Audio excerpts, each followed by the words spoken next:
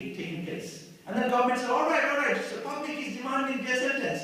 But the law does not allow the government to appeal against a verdict which is a guilty verdict. So okay, we have majority in the parliament, so we change the law. We change the law retrospectively so that these people, this guy can be given death sentence. Not only that, the Prime Minister, now this is, I mean, anyone, we have an MP here, we have barristers here, you will laugh, you will be astonished. Prime Minister in the Parliament telling publicly the judges should listen to public's opinion while giving judge. Anywhere in the world, I mean the judge listening to public opinion, not to the court proceedings, not to the way the court took place, the hearing took place and the arguments, it's not based on that. Listen to the public. If judges in the world now start giving verdict on the basis of public opinion, why do we need court then? So this is what they did. One example, this man, Abdul Qadir Mullah, okay? So he is the butcher of Mirpur. Dhaka University is just around 20 kilometers away from Mirpur. 1972, he gets admitted in Dhaka University, okay? Studies there, stays in the hostel, university hostel, passes with first class, brilliant result, becomes a teacher in a school inside Dhaka University campus. No one notices. A butcher who killed 300-400 people just following year after independence, he's doing all these things and no one knows that this is a butcher. You know now, 42 years later, oh yes, he is the butcher. It's just laughable, but this is what they're doing. Okay? And for his case and Maulana Saidi's case, it's just about another funny thing, it's mistaken identity. There was a butcher of Mirpur called Qadir. So his name is Qadir, there was a butcher called Qadir, so he is this Qadir.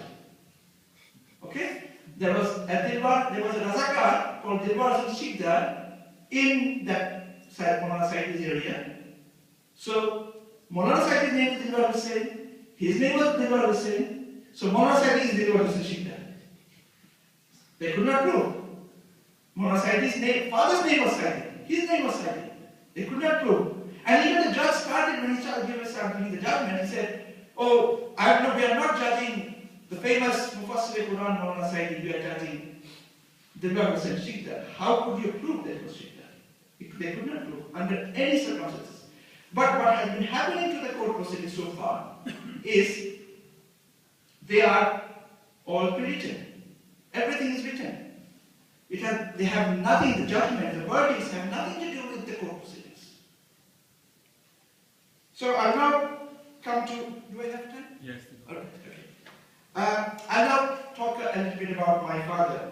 A brief, many of you know his name. He was born in 1922.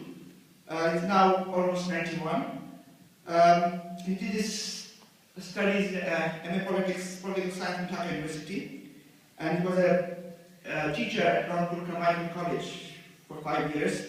He was the General Secretary of Dhaka University Central Students Union, DACSU, in 1947-48 and 48-49. And while he was the General Secretary, the language movement, Bengali language movement started.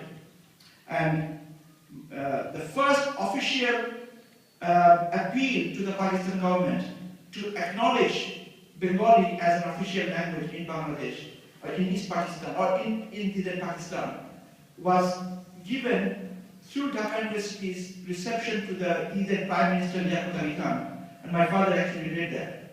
He was actively involved, he was jailed 3 times for being involved in the language movement, and he lost his job as the lecturer, as an assistant professor of that college.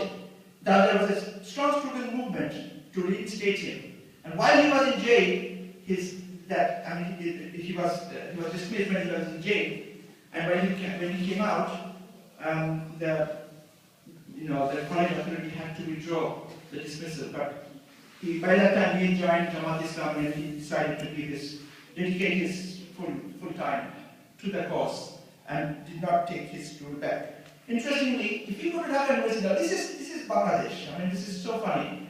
If you go to Bangladesh and there is a Dhaka University Central Student Union, and it's sort of names of all those people who were general, vice presidents and general secretaries of the Dhaka University Central Student Union. Missing in 2 years. So you got until from 1920 or onwards until now, 1947-48, 1948-49, 2 years when Ghulam Azam was the general secretary. That is not there.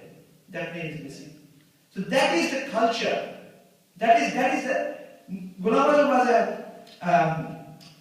the language movement, very much actively involved in language movement. He was jailed 3 times. No, he wasn't. His name cannot be mentioned. So now in ICT, I'll just talk about what this ICT is doing. The Crime Tribunal Act is doing with my father. They charged him on 62 accounts. Okay. One of them, they say, he was involved in one killing. I'll come to that. And 61 of them are his statements as Amir of Jamaat Islami East Pakistan. As he was politically, they wanted united Pakistan. So there's no denial of that fact. It was a fact.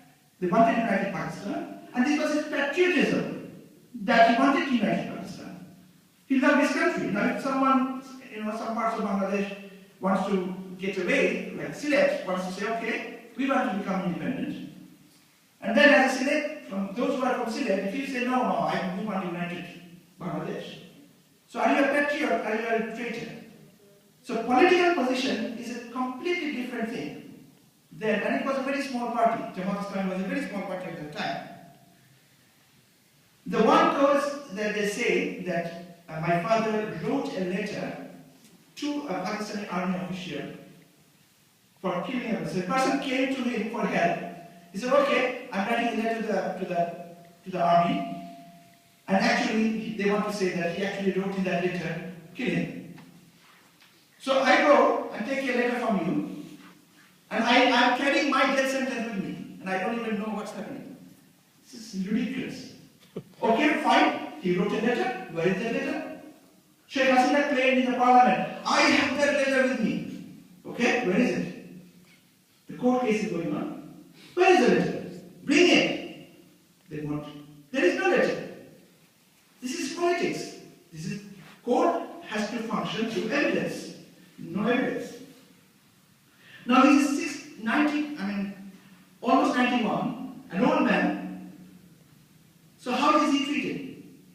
He fainted 5 times in the court. He fell in the bathroom, he's in hospital prison cell. Yet, they are not, giving him the proper investigation on health conditions. It's not being done. Okay? And recently, on the 20th of March, my uncle, my father's youngest brother, passed away. Please pray for him.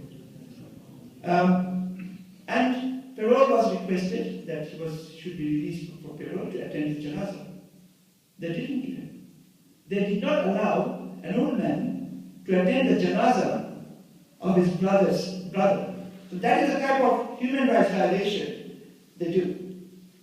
In Ramadan, he's given food at the normal times, lunchtime, dinner time. But he's fasting, so he needs to keep the lunchtime food for his iftar and dinner time food for his suhoor. Sometimes the food would go off, but that is how they treated him. They didn't allow him for the first few months. No Quran, no Hadith, no Islamic literature, nothing. No one to talk to. 24-hour CCTV camera, and he's just there, isolation. They wanted to break his mental spirit.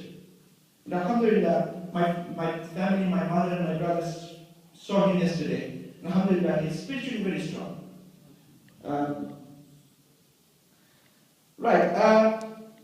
In terms of the case, the prosecution got 17 witnesses. Okay? And all those 17 witnesses could not say to anyone how Professor Ghulam Azam, all his statements, all the prosecution couldn't say that any of his statements incited murder. But that is what we are judging. His statements were all for United Pakistan. But then not a single example could be given that he gave a speech, after that speech people went and killed people, or raped women, or put fire on houses. Not a single example. All these 17 witnesses. But for us, for my father, 12 witnesses were allowed.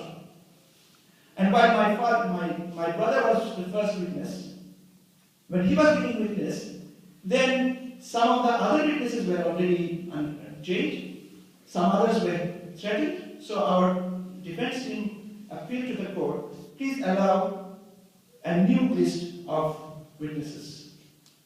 And among them were in that 12, 12, there were two from Britain, British retired general and retired professor who were supposed to come to give witness in favor of my father. The Bangladesh government didn't allow them to go. So only one witness, closing argument started. It's going to finish tomorrow, and within 3 weeks, they're going to be his verdict. And we all know what the verdict will be. Death sentence. It's just written, it's just confirmed. You can't, because they make decisions not on the basis of the law. They make decisions on the basis of their political will. Just give you one or two examples of how our family is affected by this.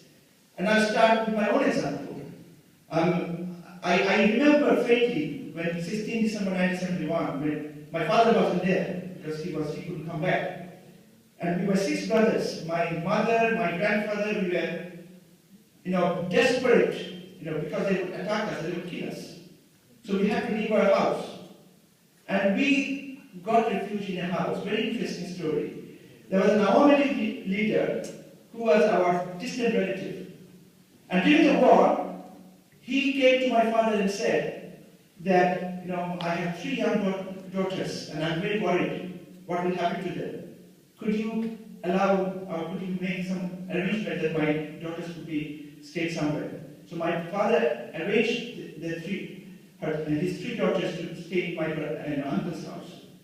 So he gave that, in return. On 16 December night, we stayed in his house, locked in a room.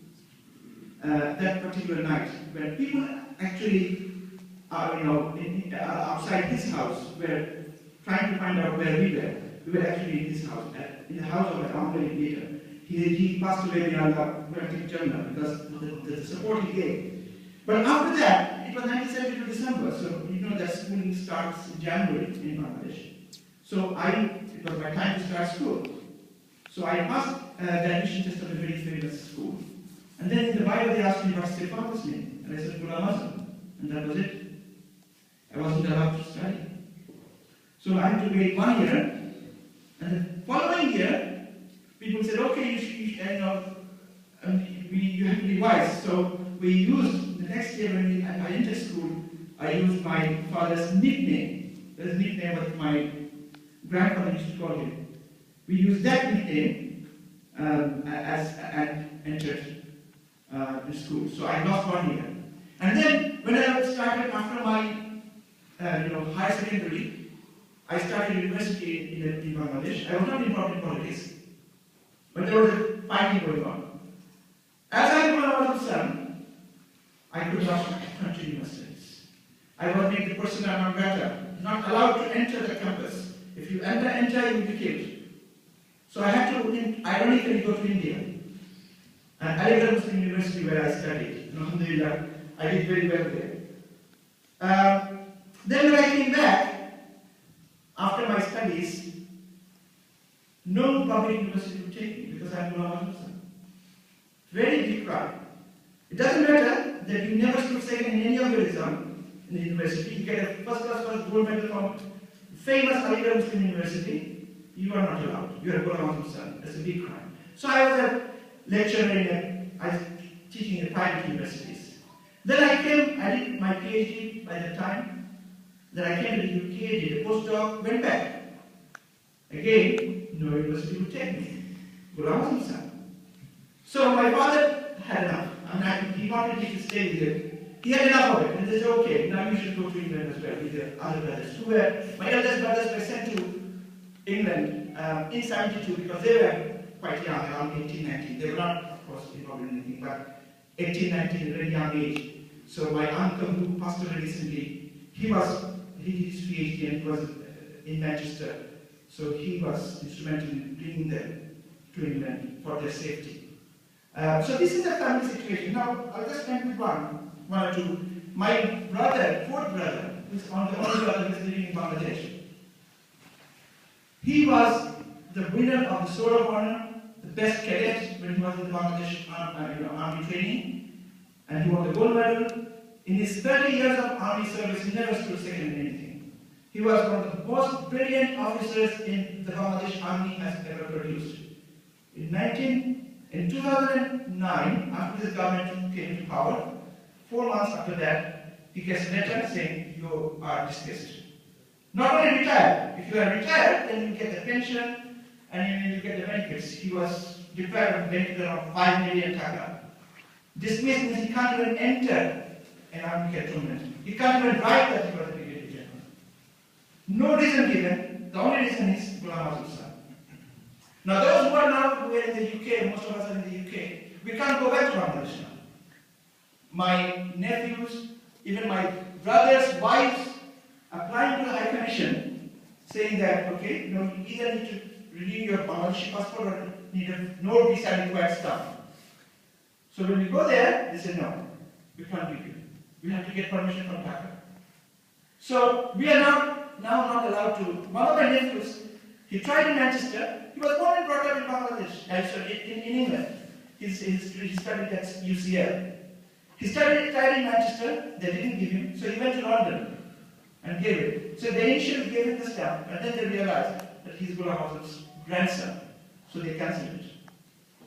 So this is what justice is going on. So I won't go on further. I'll just finish with